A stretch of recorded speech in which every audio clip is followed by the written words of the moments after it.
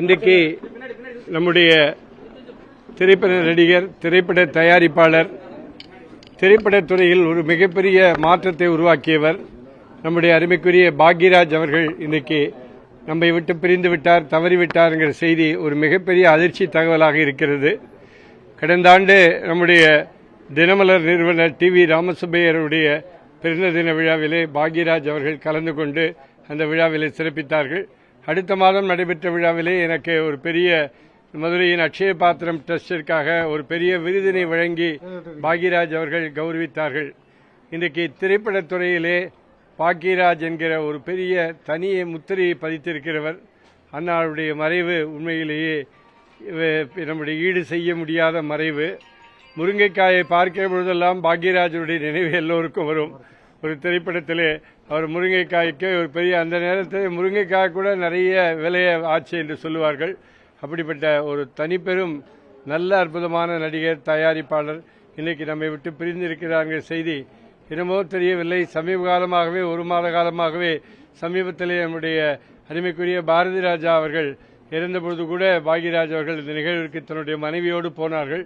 நேற்று பார்த்தோம், இன்று அவர் இல்லை என்கிற பொழுது சற்று வருத்தமாகத்தான் இருக்கிறது. அன்னாருடைய ஆத்மா சாந்தி அடைய வேண்டும்.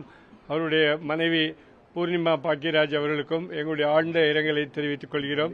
மதுரை அனுஷத்தின் அனுகிரகம் அமைப்பு, அக்ஷய பாத்திரம் அமைப்பு சார்பாகவும் கடந்த ஆண்டு எங்களுடைய மதுரை ஜல்லிக்கட்டு ரோட்டரி சங்க விழாவிற்கு வருகிறேன் சொல்லியிருந்தார். அது சில காரணங்களாலே அவரால் அன்றைக்கு வர முடியவில்லை. அன்னாருடைய குடும்பத்திற்கு எங்களுடைய மனமார்ந்த அஞ்சலியை தெரிவித்துக் கொள்கிறோம். இந்தியாவிலே சிறந்த திரைக்கதை அமைப்பாளர் சொல்லலாம். பல விருதுகள் வாங்கியிருக்காரு. எல்லாருமே சொல்லுவாங்க அவருடைய திரைக்கதைக்குன்னு ஒரு தனி ரசிகர்கள் உண்டு. எந்த கதை எடுத்தாலும் சரி எல்லாருமே ஜனரஞ்சகமாக, அதுலேயும் பெண்களுக்கு பிடிச்ச மாதிரியே எல்லாரும் சிரிக்கக்கூடிய அளவுக்கு ரொம்ப அழகாக குடும்பத்தை கவர்ற மாதிரியே எல்லா படங்கள் இருக்கும், கதை அம்சமும் இருக்கும். அவர் கூட சேர்ந்து நானும் ஒரே ஒரு படம் ஒர்க் பண்ணியிருக்கேன்.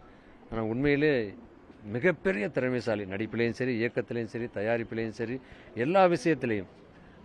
இப்போ தான் குருநாதர் நம்மளை விட்டு பிரிஞ்சு கொஞ்ச நாள் கூட ஆகலை. அதுக்குள்ளே அவர் அப்பயே சொன்னார், சிசியன் பாக்யராஜ் சார் அங்கே வந்து அவர் அழுகை இந்த மாதிரி குருநாதர் போயிட்டாருன்னு சொல்லிட்டு. இப்போ குருவும் போயிட்டார், பாக்யராஜ் சாரும் நம்ம கூட இல்லைங்கிறப்ப உண்மையில் ரொம்ப வருத்தமாக இருக்குது. இதுக்கு எப்படி அவங்க குடும்பத்துக்கு ஆறுதல் சொல்கிறதுன்னு தெரியல. சினிமாவுக்கு மட்டும் இல்லை, அவருடைய ரசிகர்களுக்கும் சரி, குடும்பத்தாருக்கும் சரி இது மிகப்பெரிய இழப்பு. அவருடைய ஆத்மா சாந்தி அடையணும்னு எல்லாம் வல்ல இறைவனை வேண்டிக்கிறேன். வணக்கம்.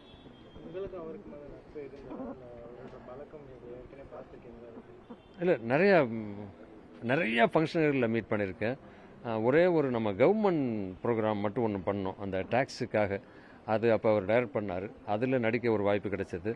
அதுக்கு முன்னாடி வந்து ராஜகுமாரி படத்தில் வந்து ஒரு ஊரில் ஒரு ராஜகுமாரி, அந்த படத்தில் நடிக்க வேண்டியது ஒரு ரிக்ஷாக்காரன் ரோல். அது கொஞ்சம் மிஸ் ஆச்சு. அதுலேருந்தே சொல்லிகிட்டே இருப்பார் எங்கே பார்த்தாலும், வயோபர் நம்ம ஒரு இது மிஸ் ஆகுதில்ல, நம்ம கண்டிப்பாக சீக்கிரம் ஒர்க் பண்ணுவோன்னு. அதுக்கப்புறம் அவர் நடிப்பில் வெளியே பிஸி ஆகிட்டார். இருந்தாலும் நான் பண்ண நிறையா படங்கள் அவர் கூட சேர்ந்து நடிச்சிருக்கேன். நிறையா நிகழ்ச்சிகளுக்கு போயிருக்கேன். உண்மையில் ரொம்ப யதார்த்தமான ஒரு நல்ல நடிகர் மட்டுமில்லை, நல்ல மனிதர்.